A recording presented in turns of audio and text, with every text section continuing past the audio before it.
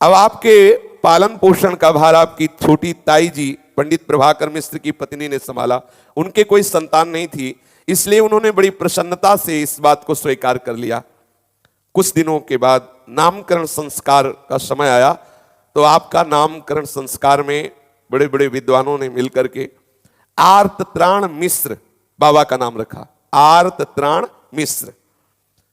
बचपन में एक बड़ी विलक्षणता बाबा की थी कि जहां इनको जो लिटा देता बस वैसे ही लेटे थे, मतलब समाधि भाव। बचपन में ही पूज्य पाद उड़िया बाबा जी। स्वभाव में बड़ी विचित्रता थी। आपके स्वभाव में चपलता तो नाम मात्र की भी नहीं थी। जहां जैसे बैठाल दो वैसे ही बैठे रहना, जहां डाल दो वैसे ही पड़े रहना, स्वाभाविक। खेल कूद तो कभी बाबा को कोई करते देखा ही नहीं, मतलब बच्चा में जैसे चंचलता चपलता ऐसे। प्रायः जब देखो तब नेत्र मुंदी हुई बाल्यावस्था से रहते, और कभी रोते हुए बाबा को नहीं देखा। बचपन में जब कोई पीटता डांटता कोई प्रतिकार नहीं, कोई रोना धोना नहीं, चुप शांत गंभीर, ऐसे शुरू से। आपकी इस मुनि वृत्ति से सभी परिवार के लोग बड़े आश्चर्यचकित थे। ना हंसना, ना खेलना, ना रोना, जहां बैठाल दो बैठे रहना, जहां लिटा दो लिटा दिया वैसे लेटे हुए। कुल प्रथा के अनुसार 4 वर्ष 4 महीना 4 दिन की आयु में आपका यज्ञोपवीत संस्कार हुआ। 4 वर्ष 4 महीना 4 दिन की आयु में आपका यज्ञोपवीत संस्कार हुआ। पहले घर पर ही एक विद्वान जोशी के द्वारा आपको प्रारंभिक शिक्षा दी गई, और घर में ही आपको 12 वर्ष तक शिक्षा दी गई। उड़िया भाषा, गणित, संस्कृत, ये सब घर में ही विद्वान बुलाए जाते और वो इनको पढ़ाते। आप कृष्ण शरीर के थे, इसीलिए गुरुजन लोग, परिवार के जन बहुत दुलार करते, और जो शिक्षा देने आते उनसे कहते कि ज्यादा पढ़ाई का भार मत डालना। तथापि आप किसी अन्य विचार में मगन रहते। छोटी अवस्था में भी ऐसा लगता कि पढ़ते समय, घर में रहते समय भी यहां है नहीं, कहीं खोए रहते। एक दिन घर वालों से बिना कुछ कहे एक भड्डरी के लड़के के साथ घर से चल पड़े।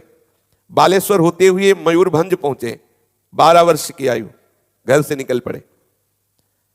इस अल्पायु में इस कोटि का साहस आपके स्वभाव की स्वाधीनता और असंगता को ही सूचित करता है। मयूरभंज की पाठशाला में आपके पिताजी के एक परिचित पद्मनाभाचार्य नाम के पंडित थे। उन्होंने उनको देखा कि अरे तुम कैसे, और इनको तो पता नहीं था कि वहां परिचय का भी कोई होगा। तब उन्होंने बताया कि मैं घर से भाग पड़ा, मुझे कुछ अच्छा नहीं लग रहा। तो उनका देखो अभी भागने की अवस्था नहीं, अभी पढ़िए, घर मत जाइए, यहीं रहिए और पढ़िए। पाठशाला में भर्ती कर लिया, परंतु आपको भय था कि कहीं आपके घर वालों को सूचना ना दे दें, इससे आपके मार्ग में कहीं विघ्न ना पड़ जाए। इसलिए कुछ दिनों पश्चात वहां से चुपचाप चल पड़े। ये मार्ग भागने वालों का ही है, ईमानदारी वाले का नहीं है। चुप जहां से हो, यहां लड़ना नहीं, भागो, भागते रहो। लक्ष्य जब तक ना प्राप्त हो तब तक बहादुरी मत दिखाओ, भागते रहो। इसलिए कुछ दिनों पश्चात वहां से चुपचाप चले गए। बाल्या बेड़ा चले आए। राजा कृष्णचंद्र के विद्यालय में आप विद्या अध्ययन करने लगे। 5 वर्ष तक वहीं रहकर काव्य तीर्थ परीक्षा पास की। घर में सूचना लग गई थी कि कहाँ है। जब खोजबीन हुई, बड़े परिवार के थे, तो बहुत कहने पर एक बार केवल पत्रादि के द्वारा घर वालों को समाचार, एक बार ठीक है। जिस समय आप काव्य तीर्थ में अंतिम खंड में पढ़ रहे थे, तो एक ऐसी घटना हुई जिससे आपके हृदय में भगवत प्रेम का छुपा हुआ स्वरूप था, उसका परिचय मिला। राजा कृष्णचंद्र एक निष्ठावान वैष्णव थे। उनके यहाँ भगवान श्री गोपीनाथ का एक मंदिर था। उसमें कार्तिक शुक्ला नवमी से पूर्णिमा तक विशेष रूप से उत्सव मनाया जाता था। इस समय वहां नाटक मंडलियां आती थी। इस वर्ष कलकत्ते की बाल संगीत नाम की एक सुप्रसिद्ध मंडली बुलाई गई। उसने ब्रह्मा का वत्सहरण नाटक का अभिनय किया, जिससे ब्रह्मा जी बछड़ों को और सखाओं का हरण कर लेते। वो अभिनय में एक विचित्र दृश्य आया। ब्रज की वनस्थली में सखाओं से घिरे हुए नंद नंदन बैठे हुए भोग आरोग रहे, छाक खा रहे, गोवत से इधर उधर चल रहे हैं। बाल गोपालों ने भगवान को चारों ओर से घेर रखा है। श्याम सुंदर उन्हें पत्तों पर छाक परोस रहे हैं, एक दूसरे से छीन झपट करके एक दूसरे का कवल पा रहे हैं। ये बाबा अद्भुत लीला लोक पितामह ब्रह्मा जी की ये लीला देखी। ब्रह्मा जी देख रहे हैं छुप करके। इस विचित्र दृश्य का बालक आर्तत्राण अर्थात उड़िया बाबा इतना गहरा प्रभाव पड़ा कि वहां लीला से उठे और अपने कमरे में चले आए और वही चिंतन श्री कृष्ण सखाओं के साथ कैसे छीना झपटी करके भोग पा रहे हैं, वो झांकी उनके चिंतन में बस गई। चिंतन करते करते ऐसी वृत्ति तल्लीन हुई कि 3 दिन 3 रात अनुसंधान ही नहीं रहा। एक ही जगह बैठे 3 दिन 3 रात इसी में डूबे रहे। आपके कमरे में जब कोई जाता था बस वैसे ही बैठे 3 दिन 3 रात तक वही स्वरूप श्री कृष्ण बाल रूप से अपने सखाओं के साथ छीना झपटी करके भोग पार। कैसी तन्मयता! ये भावावेश पहला जीवन में बाबा के भावावेश था। रहस्य विद्यार्थियों को कुछ समझ में नहीं आया कि हुआ क्या। 3 दिन से न खा रहे, न पी रहे, न देख रहे, न सुन रहे, बिल्कुल मूर्तिवत। इसी वर्ष एक और घटना घटी। पाठशाला में कटक के रहने वाले गंगाधर मिश्र नाम के एक विद्यार्थी थे। वे आपको अपने छोटे भाई के समान समझते थे, सब प्रकार आपकी देखभाल करते थे। कार्यवश वे मेदिनीपुर गए और वहां 4-5 घंटों में ही हैजे की बीमारी से उमर गए, देहांत हो गया। जे भी बाबा ने बात सुनी तो बहुत गहरा प्रभाव पड़ा, बड़ी चोट लगी। ऐसा नासवान संसार, अभी तो गए थे 5 घंटे में मृत्यु की सूचना, एकदम हैजा हुआ और मृत्यु हो गई। अब तो अंदर से ऐसा लगने लगा सारा संसार मृत्यु स्वरूप है, नासवान, परिवर्तनशील, दुखमय। बड़ा नीरसता प्रकट होने लगी बाबा के हृदय में। अब आपको किसी का संसर्ग अच्छा ना लगता, किसी से बात करना, किसी से मिलना बिल्कुल अच्छा ना लगता, सबसे अलग उदासीन रहने लगे, घोर वैराग्य जगने लगा। आर्तत्राण जैसा बाबा का नाम था वैसा गुण भी था। बहुत कोमल चित्त था, बहुत छोटी आयु, कभी किसी ने बाबा को क्रोध करते नहीं देखा। कभी कभी तो दूसरों को क्रोध करते देखकर आपके चित्त पर बड़ा आघात लगता, जैसे कोई किसी को पीट रहा है, मार रहा है, ऐसा तो बाबा दुखी हो जाते हैं देख करके और घंटों उस दुख में डूबे रहते। कैसे कैसे लोग अज्ञान में बर्ताव कर रहे, दूसरे को मार रहे, पीट रहे, हिंसा कर रहे। आपका अध्ययन समाप्त हुआ, घर वाले आपको बहुत प्रार्थना करके लौटाए और आपको बहुत दबाव दिया गया कि आप अपनी पैतृक वृत्ति को स्वीकार करें। कुल परंपरागत आचार्य कोटि का कुल है, उसी कोटि से आप व्यवहार कीजिए। एक बार बड़ा भयंकर दुर्भिक्ष पड़ा। बाबा लोगों को भूखे मरते देखकर, इधर उधर भटकते देखकर के उनका हृदय बहुत दुखी हुआ। क्या करूं, कोई दुख को प्राप्त न हो, ऐसा क्या उपाय करूं। इतना द्रव्य तो था नहीं कि पूरे देश का वो बुभुक्षाग्नि शांत कर सके। आपने विचार किया कि मैं ऐसी तपस्या करूं जैसे द्रौपदी को बटलोई मिली थी ना, कि जितने को पवा पवा, जब तक द्रौपदी नहीं पाएंगी तब तक खाली नहीं होगी। मैं ऐसा कोई तपस्या के द्वारा बटलोई प्राप्त करूंगा और सबको पवाऊंगा बाल्यावस्था में। अंत में चैत्र शुक्ला 5 संवत 1951 की रात्रि आई। उस समय आप किसी से बिना कुछ कहे धोती लोटा और 11 रुपए लिए और भाग पड़े घर से। कोई रोक ही नहीं सकता, कितना भी लाओ, कितना भी बैठा लो, लेकिन जिनका उद्देश्य उस महान भूमानंद में डूबने का है, वो अल्प सुखों में कभी रुकते नहीं, कभी घेरे में नहीं रुकते। घर से निकल पड़े। हृदय में था कि ऐसी तपस्या करूंगा कि एक बटलोई प्राप्त करूंगा और सबको उसी से भोजन पाओ, कोई भी भूखा न। देखो संतों के हृदय के बालक है अभी। एक धोती और एक लोटा और 11 रुपया घर से लेकर बाबा भाग पड़े। मंत्र सिद्धि के लिए आपको लगा कि कामाक्षा देवी का आश्रय लें, कामाख्या, और वहां जाकर अनुष्ठान करें और फिर बटलोई प्राप्त करें। ऐसा कलकत्ता गोवालंदी में ठहर कर आप गुवाहाटी पहुंचे, तब तक आपके पास 2.5 रुपया बचा था, शेष खर्चा हो गया था। अनुष्ठान करने के लिए वहां एक बंगाली तांत्रिक से मिले, उनसे आपका बड़ा लगाव हुआ और उसकी सलाह से, उसके उपदेश से आप वन दुर्गा के मंत्र का अनुष्ठान प्रारंभ किया। अनुष्ठान सुचारू रूप से चलने लगा। उसमें कुछ सफलता के चिन्ह भी प्रतीत हुए। भगवती का दर्शन भी हुआ बाबा को, और भगवती के दर्शन के बाद उसी जप के समय में वशिष्ठ जी के दर्शन हुए, जो परम ज्ञान शिरोमणि दशरथ जी के कुलगुरु भगवान वशिष्ठ जी, उनके दर्शन हुए। बस उनके दर्शन होते चित्त में ऐसा विचार आने लगा, क्या इस अनुष्ठान से जो बटलोई मिलेगी उससे हम सबका दुख दूर कर पाएंगे? क्या केवल भोजन ही दुख निवृत्ति का उपाय है? अगर किसी को भोजन भी भरपेट मिल गया तो क्या इसी से सब सुखी हो जाएंगे? नहीं नहीं, नाना प्रकार के और भी दुख है, उनसे तो उनका त्राण होगा नहीं। इसका मतलब केवल एक पात्र मिल जाने से सब सुखी नहीं होंगे, यह ठीक बात नहीं। बाबा के हृदय में विचार पलटा। संसार के प्राणियों को यदि दुख से मुक्त करना है तो केवल बटलोई से काम नहीं चलेगा।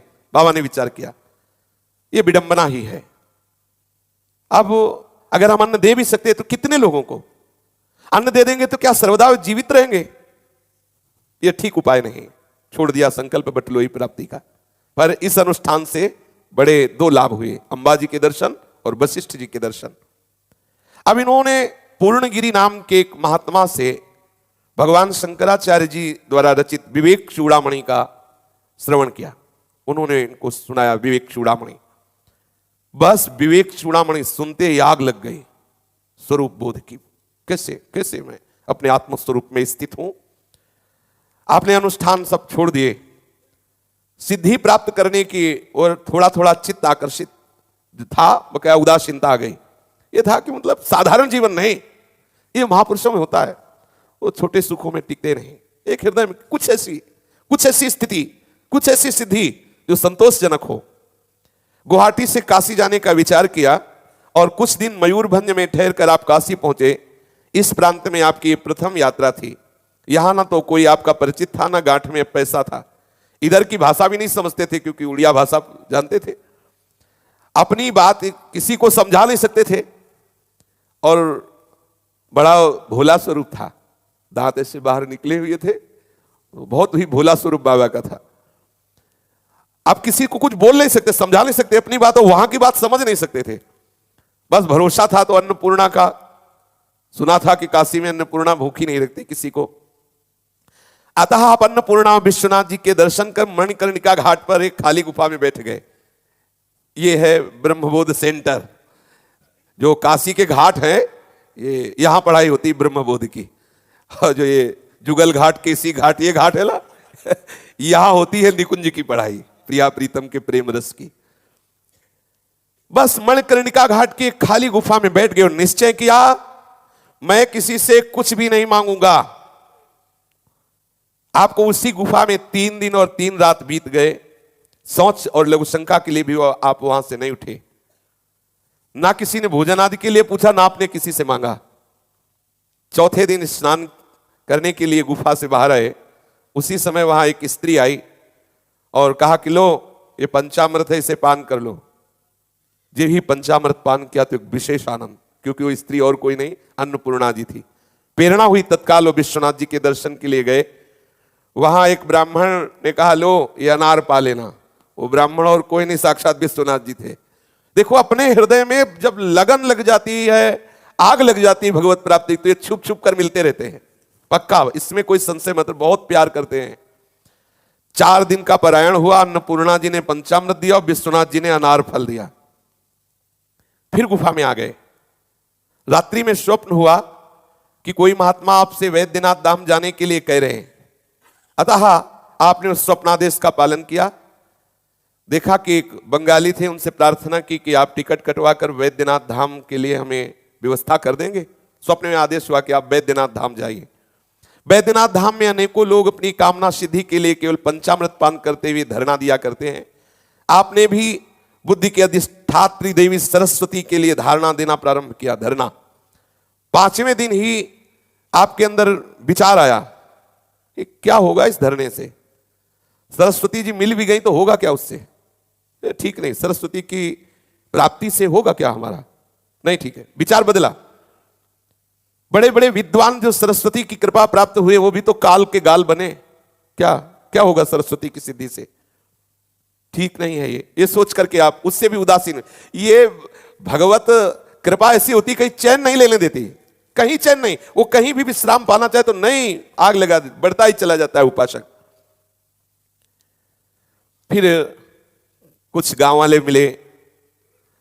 उन्होंने कहा कि एक बार आप जरूर चलिए, परिवार के लोग बहुत व्याकुल हैं। तो आप एक बार सबके कहने से फिर लौट आए। घर वालों को बड़ी प्रसन्नता हुई आपके दर्शन से, परंतु आपका हृदय फिर व्याकुल। आप इस समय 20 वर्ष की आयु के हो चुके थे और एक सुप्रसिद्ध ज्योतिषी ने पहले बताया था कि आप 30 वर्ष से अधिक नहीं जिएंगे। 30 वर्ष की आयु में आप पधार जाएंगे। घर वालों ने कहा कि 20 वर्ष की अवस्था है, अगर विवाह की सोचे तो 30 में पधार जाएंगे, तो विवाह करना ठीक नहीं है। और वैसे ही स्वभाव बैरागी, जन्म से किसी भोग में कोई रुचि नहीं, घर में भी आपका चित्त किसी के मोह बंधन से बंधा हुआ नहीं था, अब तक भी आपका जीवन निरालंब रहा। अतः आपने घर वालों से कहा कि अब मैं विधिवत नैष्ठिक ब्रह्मचर्य की दीक्षा लेना चाहता हूं। और पुरी धाम में ही गोवर्धन मठाधीश जगत गुरु शंकराचार्य स्वामी श्री मधुसूदन तीर्थ से दीक्षा लेकर के आप आर्तत त्राण से ब्रह्मचारी वासुदेव स्वरूप हो गए। इन दिनों आपकी विशेष इच्छा यह थी कि किसी प्रकार मेरा वीर कभी अधोगामी न हो। जब बाबा ने नैष्ठिक ब्रह्मचर्य की दीक्षा ली 20 वर्ष की अवस्था, तब विचार किया कि आजीवन कभी मेरा वीर अधोगामी ना हो, ऊर्ध्वरेता ब्रह्मचारी बने। आप ने विचार किया कि मैं ऐसा ब्रह्मचारी बनना चाहता हूं कि कोई सुंदरी जवान स्त्री मुझे गोद में बैठा ले तो भी मैं किसी भी तरह कामुक ना होऊं। ऐसा बाबा के हृदय में इच्छा जागृत हुई नैष्ठिक ब्रह्मचर्य पर कि मैं ऐसा ऊर्ध्वगामी ब्रह्मचारी बनूं कि आसपास मेरे 9 युवतियां हो, मुझे गोद में कोई ऐसा, तो भी मेरे हृदय में काम चेष्टा जागृत ना हो, मेरा वीर कभी अधोगामी ना हो, ऐसा मैं नैष्ठिक ऊर्ध्वरेता ब्रह्मचारी बनूं। 20 वर्ष की अवस्था में स्त्रियों के अधिक से अधिक सानिध्य में रहने पर भी मेरे मन में कभी कोई काम वेदना न जागृत हो, मैं ऐसा बनूं। इसके सिवाय आपकी एक इच्छा और थी कि मैं जिस लोक में जब जहां चाहूं वहां की बात जान जाऊं, अव्याहत गति हो। उसी कोटि की इच्छाएं भी होती है। भगवत जो भागवतिक महापुरुष होते हैं उनकी इच्छा भी उसी कोटि हो। बाबा की 2 इच्छाएं नैष्ठिक ब्रह्मचर्य का व्रत लेते हुई, मेरी अव्याहत गति हो, कोई मुझे बाधा न पहुंचा, जहां चाहूं वहां की बात जान जाऊं, और चाहे जितनी सुंदरियां स्त्रियां हो उनके बीच में रहने पर भी हमें कभी काम न सताए, कभी हमारे हृदय में कोई वेदना जागृत ना हो। कितनी महामहिमामयी बात है। लोकांतर में जहां भी जाना चाहूं बिना रोक टोक के मैं वहां पहुंच जाऊं, ऐसी मेरी स्थिति हो। किसी भी प्रकार के विकार का अवसर होने पर भी मेरे हृदय में कभी कोई विकार ना हो, ऐसी मैं स्थिति प्राप्त करूं। मैं बालक की तरह रहूं, जैसे छोटा बालक होता है वो कहीं भी घूमे फिरे, उसको कोई, ऐसे ही मैं चाहे जा रहा हूं, मुझे कोई विकार न सताए। यदि मेरा चित्त निर्विकार होगा तो ही मुझे संतोष होगा। अगर कभी विकार जागृत हो गया तो मेरा जीवन व्यर्थ है। जागृत हो गया विकार, क्रिया की बात है तो विकार जागृत 20 वर्ष की अवस्था में, इस आकांक्षा से पीड़ित होकर आप वीर विजयी बनने के निश्चय में दृढ़ हुए और बड़े बड़े संतों के समीप जाते और उनसे सलाह लेते कि कभी भी हमारा वीर अधोगामी ना हो, इसके लिए मुझे क्या करना चाहिए। इन्हीं दिनों हृदय में खोज हुई, कोई सिद्ध महापुरुष मुझे मिले जो मेरे मन के प्रश्नों का उत्तर दे सके। इसलिए आप मठ छोड़कर बंगाल के मेमन सिंह, ढाका, वारिशाल, ग्वालपाड़ा आदि कई जिलों में घूमते रहे, परंतु कहीं कोई ऐसा महात्मा नजर नहीं आया जिसके प्रति आपका आत्मसमर्पण पूर्ण हो जाए। अंत में बड़पेटा पहुंचे। यहां भगवान कालीकांत श्री कृष्ण का एक सुप्रसिद्ध मंदिर है। शहर के पास एक शिवालय था। उसके महंत एक ब्रह्मचारी थे जो बहुत समय से बीमार थे। बाबा ने विचार किया बहुत बढ़िया अवसर है सेवा का, इसलिए बाबा वहां रहकर खूब सेवा उनकी की। कुछ दिनों बाद उनका देहांत हो गया। बाबा को बहुत आनंद मिला जब उनकी सेवा करते हुए उनका शरीर पूरा हो गया। बाबा को बहुत सुख मिला। ऐसा कभी अवसर आवे तो प्राणपन से सेवा करनी चाहिए। कोई वृद्ध है, कोई संत है, कोई उसकी सेवा में नहीं है, तो सब साधना एक तरफ रखकर उसकी सेवा करे। उसका आशीर्वाद कई साधनाओं को मिला करके भी जो शीतलता नहीं होगी वो उससे होगी। कभी सेवा का अवसर आवे तो चूकना नहीं चाहिए। जरूरी नहीं कि वो विरक्त हो। मानो आप धामवासी हो, कोई धाम में ऐसा रह रहा जो जीवन भर धामवास के और उसकी सेवा कोई करने वाला नहीं, तो ऐसा चाहिए साधकों को कि ऐसा क्रम बना लेना चाहिए कि उसकी सेवा में अपना समय देना चाहिए। हाथ पैर दाबना है, कपड़ा धोना है, मल धोना है, दवा है, भोजन है, इससे बहुत कृपा प्राप्त होती है। इसमें ना संप्रदायवाद देखे, ना गृहस्थ विरक्त देखे, ना परिचय देखे। कहीं भी ऐसा अगर अवसर मिले तो घंटा 2 घंटा या जो भी समय दे पाए जरूर देना चाहिए सेवा का। वो जो ब्रह्मचारी जी थे उन्होंने इनकी सेवा देख करके अपना उत्तराधिकारी इनको नियुक्त किया, मतलब महंत पूरा अधिकार। आपने वहां सतचंडी का अनुष्ठान किया। नवरात्रि में हवन और ब्रह्मभोज हुआ। इस उत्सव की समाप्ति पर आपको ऐसा अनुभव होने लगा कि मानो साक्षात दुर्गा देवी सामने खड़ी है। आपकी वाक सिद्धि सिद्ध हो गई। इतनी ही अवस्था में वाक सिद्धि, जो बोले वही हो जाएगा, जो बात बोलते वही सत्य हो जाती। आपकी फिर दृष्टि सिद्ध हुई।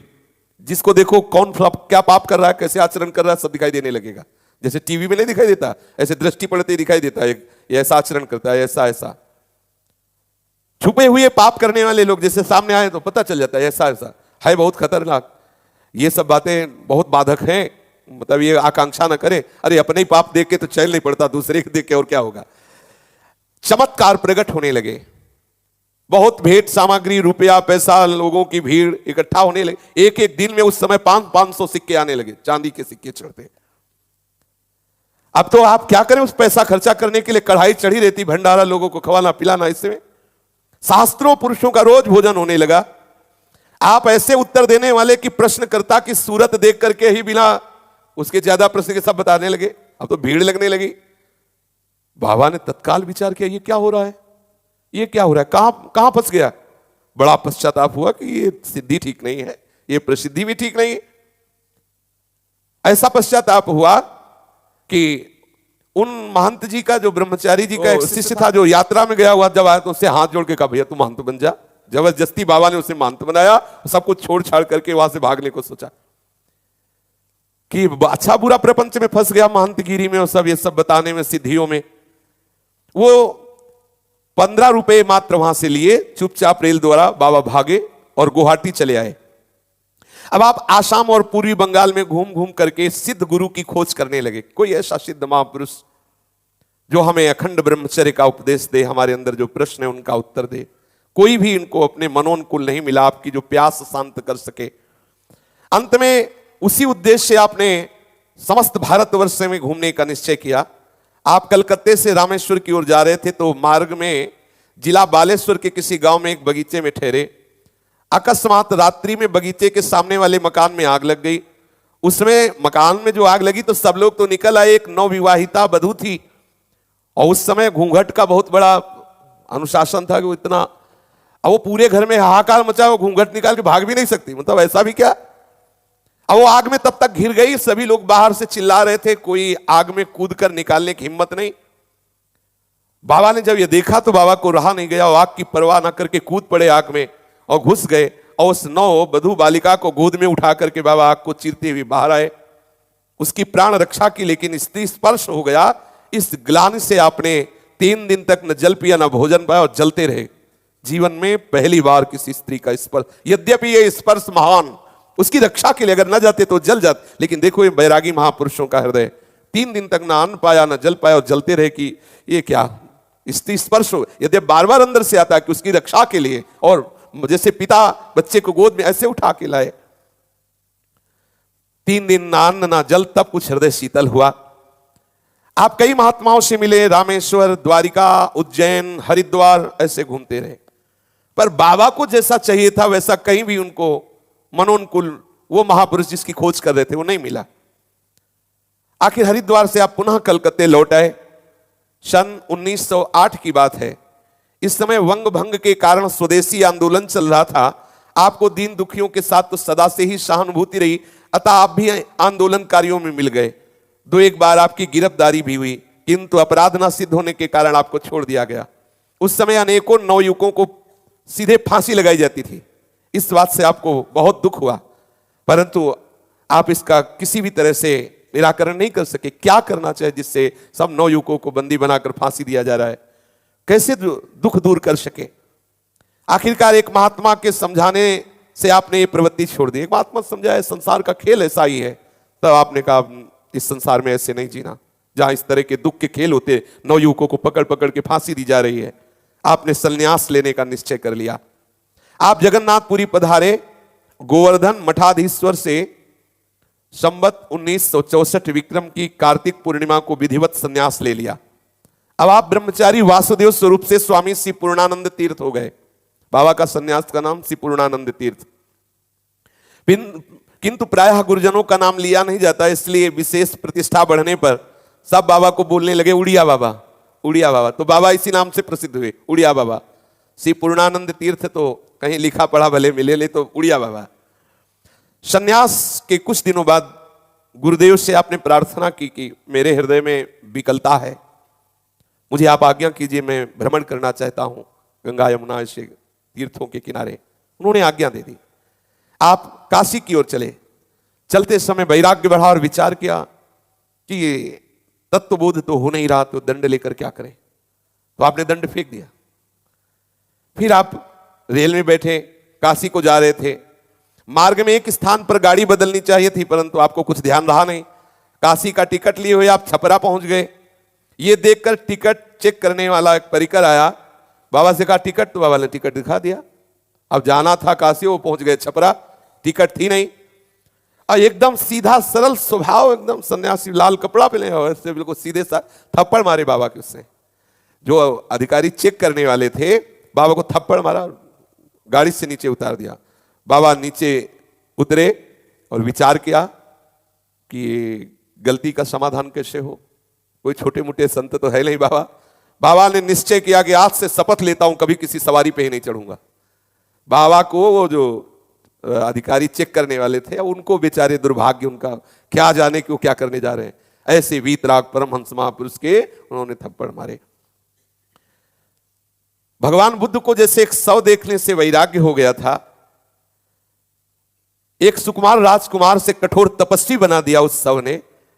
गोस्वामी तुलसीदास जी को उनकी पत्नी की एक थोड़ी सी बात ने रामचरण अनुरागी बना दिया। जैसा मेरे शरीर से प्यार करते हो, ऐसा राम जी से प्यार करते हो, तुम परम मंगल स्वरूप हो जाते।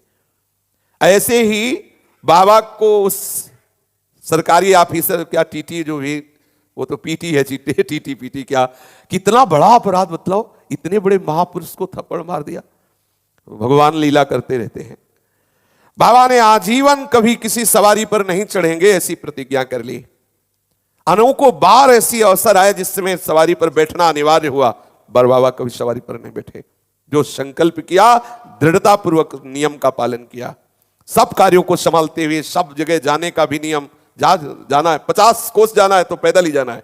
आजीवन बाबा ने निर्वाह किया, कभी किसी सवारी पर नहीं बैठे।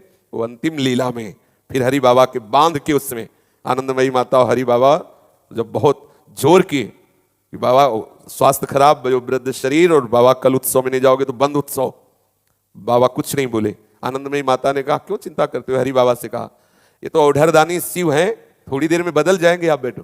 थोड़ी देर में ही बाबा बोले आनंदमयी माता को बुलाओ, कार मंगाओ, चलते हैं। जीवन भर नहीं बैठे, लेकिन बाबा, हरि बाबा के कारण कि उत्सव बंद ना हो, कार में बैठे, हरि बाबा से पहले बांध पहुंच गए। बाबा ने इस प्रतिज्ञा का जीवन भर निर्वाह किया। छपरा से कई स्थानों में होते हुए आप काशी पहुंचे।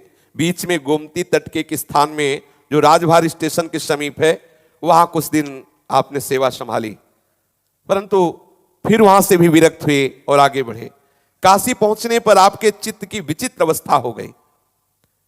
जो पात्र था वो भी फेंक दिया, दंड तो पहले ही फेंक चुके थे, बस एक कंबल ऐसे लपेट लिया और पूर्ण वैराग, लंगोटी कंबल, बस दूसरा कोई वस्त्र नहीं, कोई कमंडल नहीं, कुछ नहीं, बस चिंतन निरंतर। अब आपने बस एक कोई ऐसा महापुरुष मिल जाए जो मुझे संतोष प्रदान करे। भारी व्याकुलता, बड़ा असंतोष चित्त में। ये असंतोष बहुत आवश्यक है। अभाव, भगवत मिलन का अभाव, मेरा हृदय जलने लगे, ये जरूरी, यही हमारी समस्त वासनाओं को भस्म करता है। असंतोष, ये अभाव, ये भूख, ये लालसा, कुछ वहां उपदेश काम नहीं करता। चातुर्मास से समीप था, अतः एक महात्मा के कहने से आप काशी से 4 कोस पश्चिम की ओर एक गांव में चले गए। वहां कुछ महात्मा रहते थे, उनके साथ ही आपने चातुर्मास किया। वहां आपसे कुछ वेदांत चर्चा चलती रही। उन दिनों संतों के सत्संग से आपको उपनिषद, ब्रह्मसूत्र, गीता, योग वासिष्ठ आदि वेदांत ग्रंथ सुनने का अवसर मिला। सुनना क्या था, और जिज्ञासाग्नि बढ़ गई, और आग और जलन बढ़ गई। अब तो कुछ भी अच्छा न लगे, जीना भी भार लगने लगा। ये है खास बात, ये है। आहा, अहो भाग्य है जिनके हृदय में ऐसी मुमुक्षता, ऐसी जिज्ञासा, ऐसी भगवत मिलन की चाह। हृदय जल रहा है, कैसे शांत हो, किस प्रकार परमार्थ सत्य वस्तु में स्थित हो जाए, कैसे इस प्रपंच का बाध करें, ये संसार रूपी जेल कैसे मुक्त हो। यही बात आ जाती, ये शरीर रूपी जेल से कैसे मुक्त हो, कैसे प्रपंच की गुत्थी सुलझे। ये ग्रंथों में देखने से बात समझ में नहीं आ रही। स्थिति देखो, अपने लोग जीने के लिए राजी हैं, ये महापुरुष जन स्थिति के लिए, वो स्थिति आनी चाहिए मेरे अंदर, स्थिति आनी चाहिए। कोई भी विकार मुझे परेशान नहीं कर रहा, कोई भी द्वंद्व मुझे परास्त नहीं कर रहा, मृत्यु का कोई भय नहीं रहा, सच्चिदानंद का अनुभव, स्थिति चाहिए, केवल बातें नहीं। बातें सुनने से जितना आनंद का अनुभव हो रहा है वो एक सेकंड में विषय हरण कर लेगा उस आनंद को। हमें चाहिए स्थिति, और उसके लिए चाहिए जलन, अशांति, असंतोष, व्याकुलता। चित्त जल रहा है, जब तक प्रभु नहीं मिलेंगे तब तक। कबहु न पायो चैन, दरस बिन दुख न लागे नैन। ये भगवत कृपा पात्र जनों का हृदय ऐसा ही जलता है, कोई दूसरा उपाय नहीं दिख रहा। सत्संग ने आपको परमार्थ की खोज में और बढ़ा दिया, और प्रबल विकलता। चातुर्मास समाप्त होते ही आपने गंगा जी का किनारा पकड़ा, और किनारे किनारे ये सिद्ध महापुरुषों का जीटी रोड है, गंगा जी का किनारा। एक से एक महापुरुष जब गंगा जी की प्रदक्षिणा कर रहे थे, एक से एक, सच्ची मानिए वीतराग परमहंसों का क्षेत्र है गंगा का किनारा। एक से एक महान बैरागी। ये यमुना जी का जो तट है प्रेमियों का है, वो ज्ञानियों का है, योगियों का है, वेदांतदर्शी महामुनियों का है वो क्षेत्र।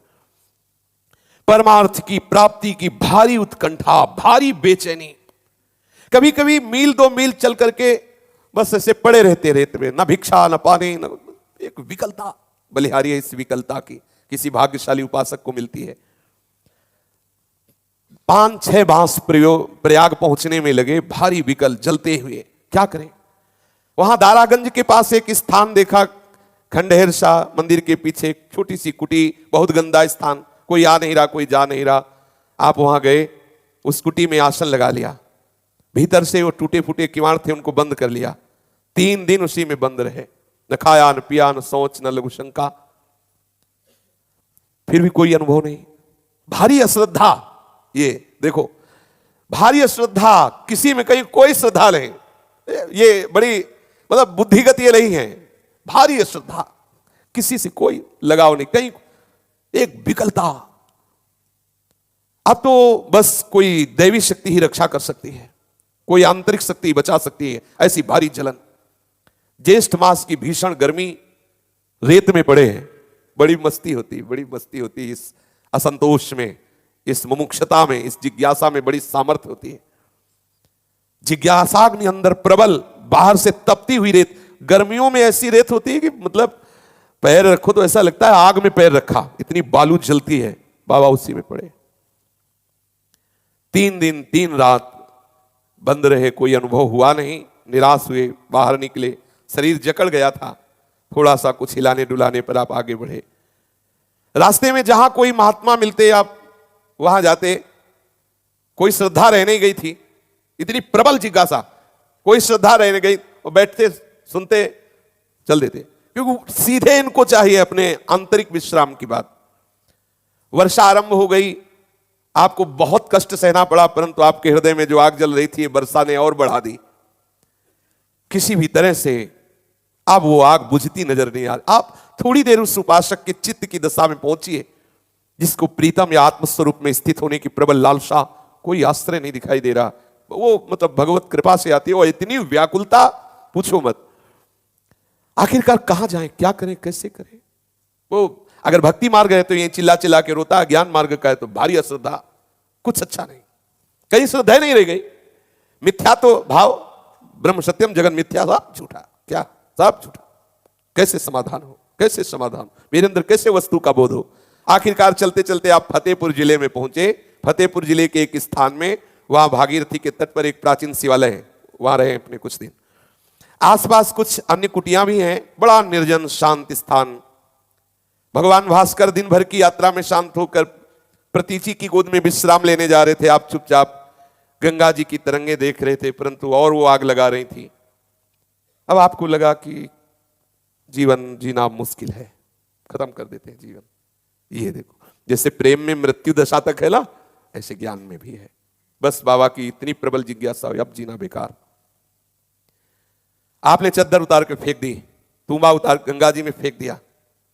स्वयं कूदने की जब बारी आई तो फिर एक झटका सा लगा, और विचार किया, क्या प्राण निकलने से, शरीर छोड़ने से तत्वबोध हो जाएगा?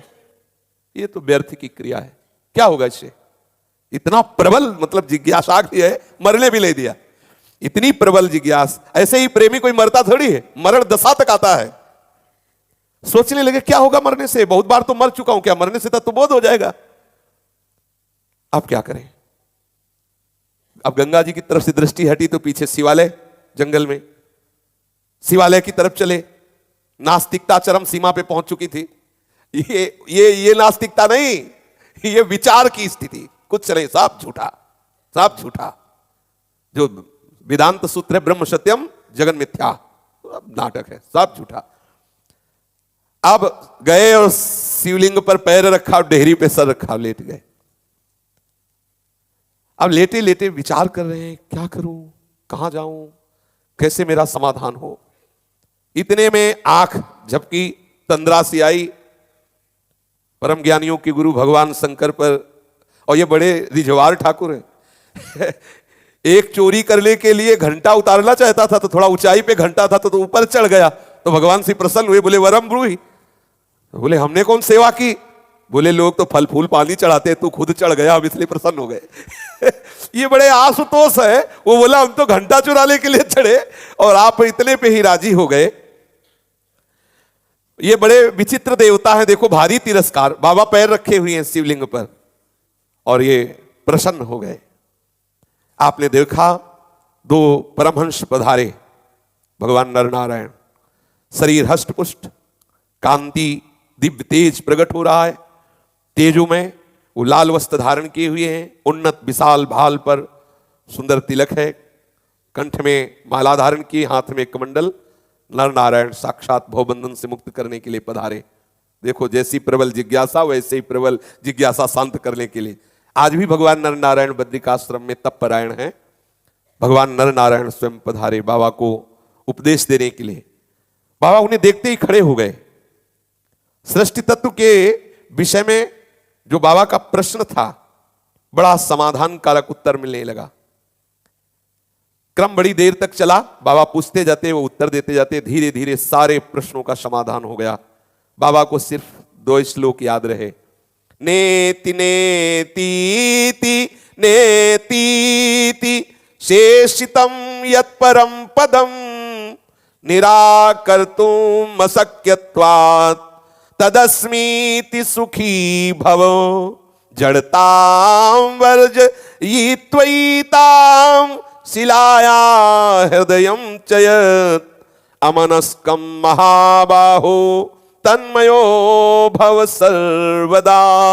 इसकी चर्चा आगे। श्री राधा वल्लभ लाल की जय।